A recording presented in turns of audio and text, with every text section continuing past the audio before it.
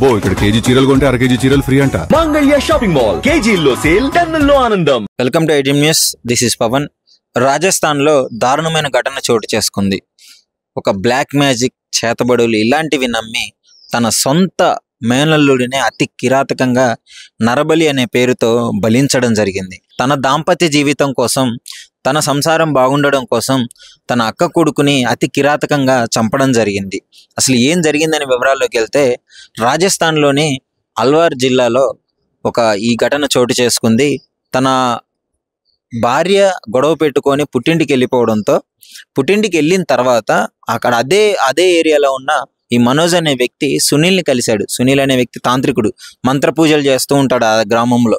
అతన్ని కలిసి ఇప్పుడు ఏంటి పరిష్కారం, నా సంసారం ఎలా నిలబడాలి, నా భార్యని నేను ఎలా తెచ్చుకోవాలి అని అడిగితే ఆ మాంత్రికుడు, ఆ దరిద్రుడు చెప్పిన మాటలు ఏంటి అంటే, ఒక చిన్న పిల్లవాడి రక్తం కావాలి, అతడి కాలేయం కావాలి, అతని గుండె కావాలి అని చెప్పడంతో ఇతడు ఎవరిని బలించాలి అని ఆలోచిస్తున్న క్రమంలో తన సొంత మేనల్లుడు, చిన్న పిల్లాడు 5 ఏళ్ల లోకేష్, అతన్ని తీసుకెళ్లి అతన్ని బలించాలి అని నిర్ణయించుకున్నాడు. సో అతని దగ్గరికి వెళ్ళాడు. మాయమాటలు చెప్పి నేను చాక్లెట్లు ఇప్పిస్తాను, అది తినిపిస్తాను అని చెప్పి షాప్కి తీసుకెళ్తానని చెప్పేసి తీసుకెళ్లడం జరిగింది. తీసుకెళ్ళి అదే గ్రామంలో ఉన్న ఒక పాడుబడ్డ ప్రదేశంలో గొంతు పిసికి ఊపిరాడకుండా చంపడం జరిగింది, స్వయాన తన చేతులతో. అర్థం చేసుకోండి, మేనల్లుడు అంటే తండ్రి తర్వాత తండ్రి, ఎంతో అల్లారు ముద్దుగా ఆ మామ అని చుట్టూ తిరుగుతూ ఉంటాడు. కానీ అతన్ని అతి కిరాతకంగా నరబలి తీసుకోవాలన్న ఆలోచన ఈ దరిద్రుడికి ఎలా వచ్చిందో తెలియదు. కానీ ఇలాంటి అసలు తలుచుకుంటేనే వికారంగా అనిపిస్తుంది.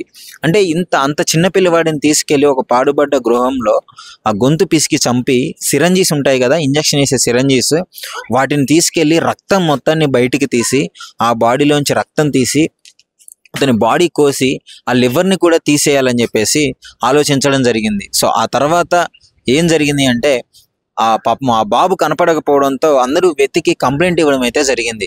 కంప్లైంట్ ఇచ్చిన తర్వాత వెతుకుతూ సీసీ కెమెరా ఫుటేజ్ చెక్ చేస్తే పోలీసులు వాళ్ళ మేనమామతోనే ఉన్నాడు, తిరిగాడు అని చెప్పేసి అయితే ఫుటేజ్ బయటికి రావడం జరిగింది. వెంటనే పోలీసులకి డౌట్ వచ్చింది. వాళ్ళ స్టైల్లో మనోజ్ అనే వ్యక్తిని విచారించాడు. విచారించిన తర్వాత మొత్తం ఈ భాగోతం అంతా బయటపడింది. సో వాళ్ళ భార్య పుట్టింటికి పోయిందంట గొడవ పెట్టుకొని. ఇప్పుడు ఈయన మంత్రాలు చేసి, పూజలు చేసి, ఆమె వశీకరణ చేసి ఆమెను ఇక్కడికి వచ్చే విధంగా చేయాలని చెప్పేసి వాళ్ళు భావించడం జరిగింది. ఆ మాంత్రికుడు మాయమాటలు నమ్మి తన సొంత మేనల్లుడినే అతి కిరాతకంగా నరబలి తీసుకోవడం జరిగింది.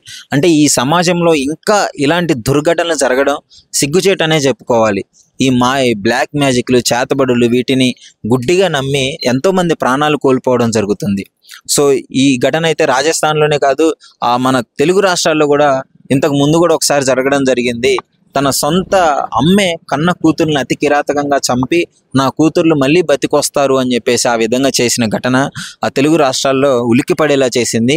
అదే విధమైన ఘటన ఇప్పుడు రాజస్థాన్లో జరిగింది. అంటే ఈ కాలంలో కూడా ఇలాంటి మూఢనమ్మకాలు నమ్మే వాళ్ళపైన పోలీసులు యాక్షన్స్ తీసుకోవాలి, డెఫినెట్లీ వీటిని అరికట్టాలి అని చెప్పేసి అయితే స్థానికులు అయితే చెప్పడం జరుగుతుంది. వాళ్ళు కూడా చాలా షాక్ గురయ్యారు. ఇలాంటి దుర్మార్గుడు మా ఏరియాలో ఎన్ని రోజులు మేము వాడితో కలిసి నివసించామని చెప్పేసి.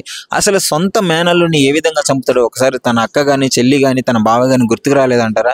చిన్నప్పటి నుంచి మామ అని తిరిగి ఆ చిన్న పిల్లాన్ని ఇంత కఠినంగా ఎలా చంపాలనిపించింది? అసలు ఇంత సెల్ఫిష్గా ఎలా ఉంటారు? ఈ మూఢనమ్మకాలు చేసే ఆ సునీల్ని కూడా, తాంత్రికుని కూడా పట్టుకొని అరెస్ట్ చేయడం అయితే జరిగింది. వాళ్ళ ఫోటోలు క్లియర్గా, దరిద్రుల ఫోటోలు మీకైతే క్లియర్గా మీకు చూపిస్తాను, చూడండి. పాపం వాళ్ళందరూ వాళ్ళ అమ్మ కన్నీరు మున్నీరు అవుతుంది. ఇలాంటి వ్యక్తుల్ని కఠినంగా శిక్షించాలి అని చెప్పేసి ఆ గ్రామస్తులు కూడా కోరుకోవడం జరిగింది. అసలు దీనిపైన మీ అభిప్రాయం ఏంటి? ఇట్లాంటి మూఢనమ్మకాలు నమ్ముతూ ఇట్లా ఎంతోమంది చిన్నారుల ప్రాణాలు బలికోరి, ఎంతోమంది అసలు అన్ఎడ్యుకేటెడ్గా ఎట్లనే మిగిలిపోతున్నారు. చదువుకున్న వాళ్ళు కూడా ఈ విధంగానే చేస్తున్నారు. అసలు ఇలాంటి వాటిని ఏం చేయాలి? మీరేమనుకుంటున్నారు? ఈ ఘటన పైన మీ అభిప్రాయం ఏంటి అనేసి మీ కామెంట్ రూపంలో మీ అభిప్రాయాన్ని షేర్ చేయండి.